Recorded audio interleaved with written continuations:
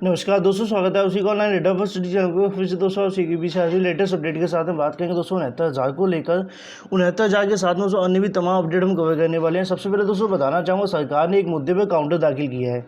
Counter दाखिल करने के बाद में जुर्माने की जो मांग है दोस्तों रखी गई अपनी याचिका के अंदर, अपने काउंटर के अंदर। ठीक है, साथ में अगर बात करें दोस्तों यहाँ पर शिक्षा में कितने शामिल होंगे, चयन सूची में बदलाव को लेकर भी दोस्तों जानकारी यहाँ से देखने के लिए मिल रही है। सारी अपडेट को हम कवर करेंगे। साथ में अगर बात करें 69,000 शिक्षकों को अगले महीने नियुक्ति पत्र मिल सकते हैं। एमआरसी पर सुनवाई का ऑर्डर अपलोड हो गया, एजेंसी भी यहाँ पर दाखिल कर दी गई है। 49,568 भर्ती में दोस्तों नोटिस जारी हुआ है। बीएड और बीओ पे दोस्तों अभी स्पष्ट नहीं है। इन सभी मुद्दों को लेकर हम बात करने वाले हैं, तो वीडियो को लाइक शेयर करना बिल्कुल ना भूलें। साथ में चैनल को सब्सक्राइब कर लें और बेल आइकन को दबा लें, जिससे कि आप सभी को लेटेस्ट वीडियोज नोटिफिकेशन मिलते हैं। चलिए दोस्तों वीडियो शुरू करते हैं। जैसा कि दोस्तों आप सीख रहे हैं 69,000 के अंदर तमाम जो मुद्दे लगे, पेपर लीक वाला मुद्दा हो, SC ST सीटों वाला मुद्दा हो, जहाँ पे काउंटर ना आने की वजह से सुनवाई नहीं हो पा रही है, या फिर अन्य जितने भी आरक्षण संबंधित मुद्दे या सीटों संबंधित मुद्दे हैं, जब तक सरकार काउंटर दाखिल नहीं करेगी तब तक सुनवाई नहीं होगी। ऐसा मैंने पहले आपको कई बार बता दिया था। अब ऐसे में दोस्तों EWS का मामला आप सीख रहे हैं 3 से 4 तारीखें लग चुकी हैं। उस पर दोस्तों सरकार की तरफ से काउंटर दाखिल होगा। साथ में उसी काउंटर के अंदर सरकार ने यह भी मांग की है कि उस याचिका को डिसमिस कर दिया जाए। डिसमिस करने के साथ साथ जुर्माने की मांग की गई है। मैं आपको यहाँ पे दोस्तों काउंटर दिखाना चाहूँगा, मामला क्या है पूरे तरीके से समझा देते हैं।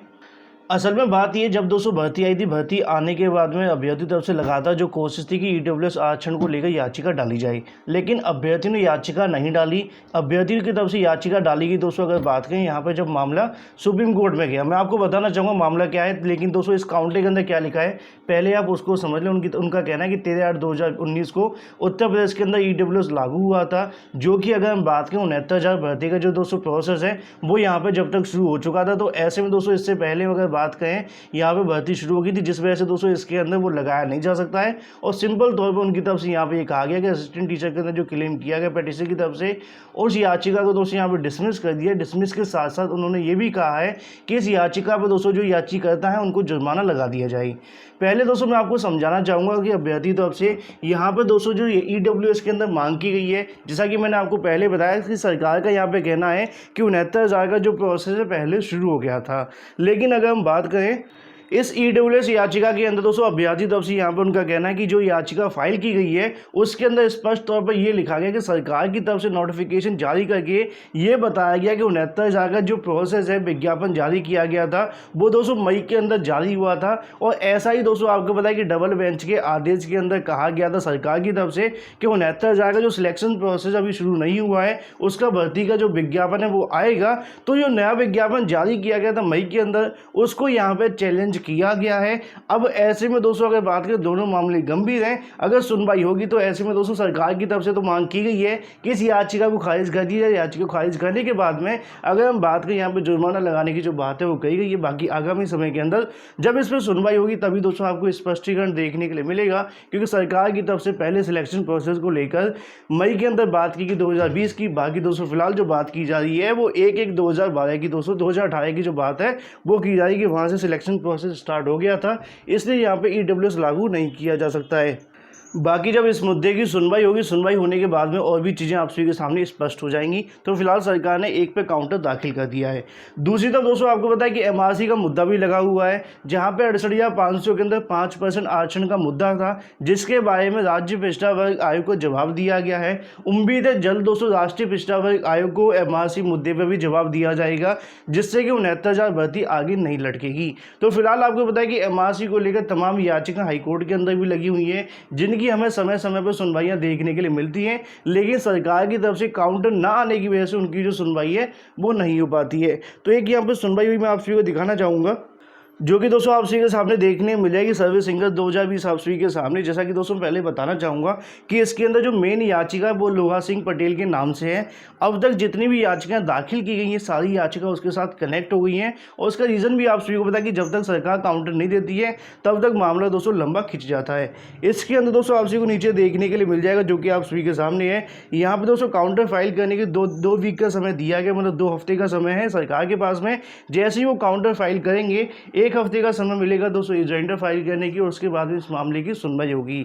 साथ में दोस्तों इसको जो कनेक्ट कर दिएगा 9050 मतलब दोस्तों लोहा सिंह पटेल की याचिका के साथ में, जो कि दोस्तों उसकी याचिका संख्या है। एमआरसी मुद्दे को लेकर लगातार आयोग की तरफ से भी डाटा मांगा जा रहा है। दूसरी तरफ आपको पता है तमाम याचिकाओं के अंदर बार बार समय दिया जा रहा है और बार बार समय पूरा भी हो जाता है। इसीलिए यहाँ पे अभ्यर्थी तरफ से लगातार जो अर्जेंसी फाइल करके इन मामलों को दोस्तों सुनवाई करवाई जा रही है, लेकिन यहाँ पे सुनवाई नहीं हो पा रही है। तो लोहा सिंह पटेल की जो याचिका 9050 उस पर दोस्तों अर्जेंसी फाइल की गई है। उम्मीद है दोस्तों आपको जल्द उस पर भी आपको एक सुनवाई देखने के लिए मिलेगी और सुनवाई होगी तो उसके अंदर सरकार की तरफ से दोस्तों काउंटर आएगा कि नहीं आएगा, फिलहाल उस पर आप भी इंतजार कर सकते हैं। मैंने पहले भी कहा है कि आरक्षण मुद्दे को लेकर काफ़ी गंभीर होते हुए दिखाई दे रहा है। ऐसे में सरकार जल्दी से जल्दी इन पर काउंटर फाइल कर दे और साथ में आयोग को डाटा सौंप दे तो आगामी समय के अंदर भर्ती पर दोस्तों कोई प्रभाव नहीं पड़ेगा। ये दोस्तों बात हो जाती है ईडब्ल्यूएस को लेकर, साथ में एमआरसी को लेकर अन्य जितने भी मुद्दे लगे हुए उनके अंदर कोई काउंटर नहीं आया। जैसे काउंटर आएगा उसके बाद में आपको सुनवाइयाँ देखने के लिए मिल जाएंगी।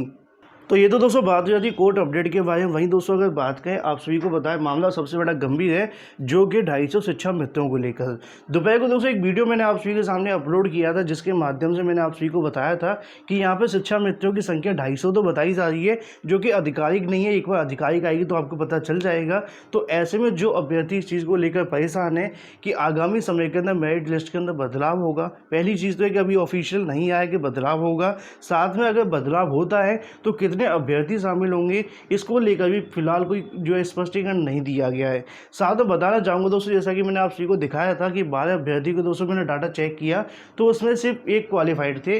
तो ऐसे में ये भी अंदाज़ा लगाया जा सकता है कि अगर 250 शिक्षा मित्रों की जो बात की जा रही है उसमें से बहुत ज़्यादा मान के चलते हैं तो 50 शिक्षा मित्र ही पास होंगे। वैसे तो इससे ज़्यादा नहीं हो सकते और इससे कम ही रहेंगे।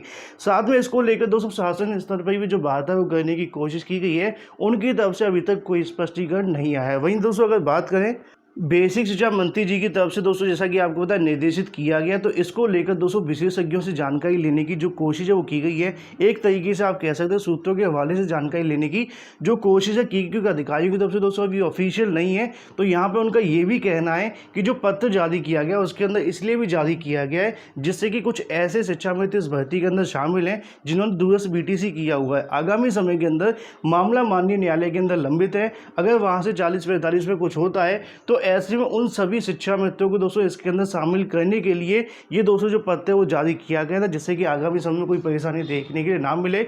इसलिए भी इस लिस्ट के अंदर ज़्यादातर दोस्तों जो अभ्यर्थी वो क्वालिफाइड नहीं है। तो जैसा कि मैंने आप सभी को पहले बता दिया था कि फिलहाल आपको ज़्यादा परेशान होने की आवश्यकता नहीं। हालांकि न्यूज़ एसोसिएशन के माध्यम से कहा जा रहा है कि 250 शिक्षा मित्र बनेंगी शिक्षक, लेकिन इनका डाटा अभी अवेलेबल नहीं है। सरकार की तरफ से जो लिस्ट जारी की गई उसके अंदर 37 नाम थे और 37 में से दोस्तों सिर्फ और सिर्फ 4 से 5 जो ऐसे शिक्षा मित्र हैं जो 60-65 पे क्वालिफाइड है, बाकी दोस्तों नहीं है।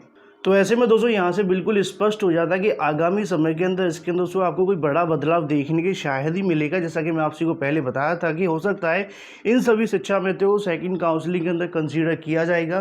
पहली लिस्ट से छेड़छाड़ नहीं होगी शिक्षा मित्रों की वजह से।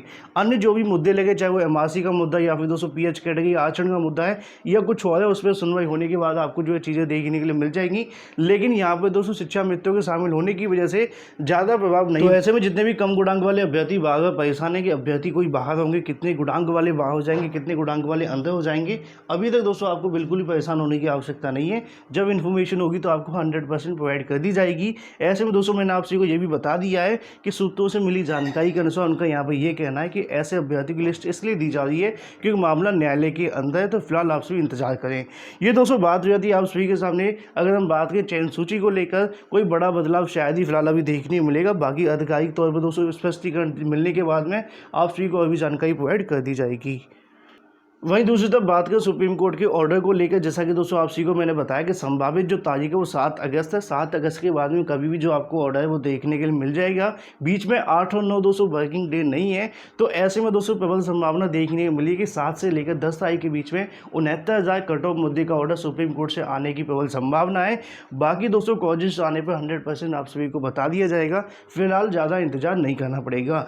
तो ऐसे में जो अभ्यर्थी इस चीज़ को लेकर पूछ रहे थे कि अगले महीने के अंदर नियुक्ति पत्र मिल सकते हैं। तो बताना चाहूँगा कि 7 तारीख को अगर ऑर्डर आ जाता है या 15 तारीख को भी ऑर्डर आ जाता है तो अगस्त के लास्ट में आप सभी को नियुक्ति मिल सकती है, काउंसलिंग संभव है।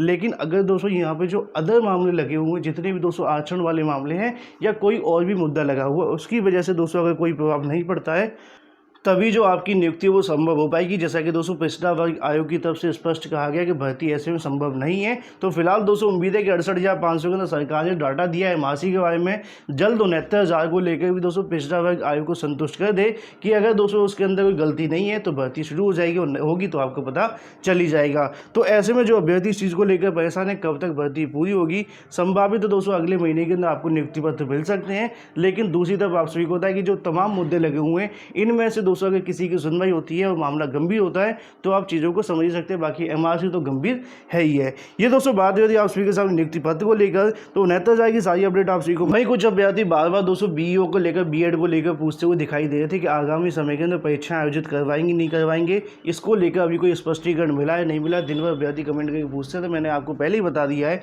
कि यहाँ पे दोस्तों आयोग की तरफ से अभी तक कोई स्पष्टीकरण नहीं दिया गया है। अगर हम बात करें बीएड प्रवेश परीक्षा को लेकर 9 अगस्त को आयोजित होगी, जो कि दोस्तों आप सभी को देखने के लिए मिल रही है। लेकिन अभ्यर्थियों की तरफ से लगातार ट्विटर वार किए जा रहे हैं, लगातार दोस्तों ज्ञापन सौंपे जा रहे हैं, लेकिन अभी तक कोई प्रभाव नहीं है। तो जो अभ्यर्थी बीएड को लेकर या फिर खंड शिक्षा अधिकारी बीईओ परीक्षा को लेकर परेशान है, उनको इतना बताना चाहूँगा जब तक दोस्तों आधिकारिक तौर पर पुष्टि नहीं हो जाती है तब तक आप सभी अपनी तैयारियां करते रहें। अगर आपको दूर से आना है तो आप आ सकते हैं। फिलहाल दोस्तों इन परीक्षाओं को लेकर स्थगित करने की जो मांग है वो जारी है, लेकिन जब तक आयोग की तरफ से नोटिफिकेशन नहीं आ जाता है या फिर शासन की तरफ से निर्देश नहीं दिए जाते हैं तब तक भर्ती परीक्षा दोस्तों स्थगित नहीं होंगी। ये दोस्तों बात यदि आप सभी के सामने बीएड और बीईओ को लेकर। वहीं दोस्तों अगर बात करें 49,000 भर्ती के बारे में नोटिस जारी हुआ है, जो कि दोस्तों चयनितों के लिए यहाँ पर दोस्तों ट्रेनिंग की जो बात है वो की गई, जो कि आप सभी नीचे देखेंगे देखने के मिल जाएगा। 49,568 पदों पर दोस्तों आप सभी को पता है 15/7/2020 को दोस्तों आहूत बैठक के अंदर निर्देश दिया गया था, जो कि आप नीचे देखेंगे तो आपको दोस्तों 4 चरणों में ट्रेनिंग करवाई जाएगी, जो कि आप सभी के सामने है। अगस्त 2020 से दोस्तों शुरू हो जाएगी 6 महीने के लिए। वहीं दोस्तों पुरुषों की संख्या, महिलाओं की संख्या भी आपको देखने को मिलेगी। द्वितीय चरण की दोस्तों अगर बात करें 2021 में आपको देखने को मिलेगी मार्च में 6 महीने के लिए, और थर्ड चरण की दोस्तों अगर बात करें अक्टूबर 2021 में होगी, और चतुर्थ की दोस्तों अगर बात करें मई 2020 के अंदर आपको देखने के लिए मिलने वाली है। इसका भी दोस्तों जो शेड्यूल है वो जारी कर दिया है। ये थी दोस्तों तमाम लेटेस्ट अपडेट। वीडियो पसंद आए वीडियो को लाइक शेयर करना बिल्कुल ना भूलें। Thank you for watching this video.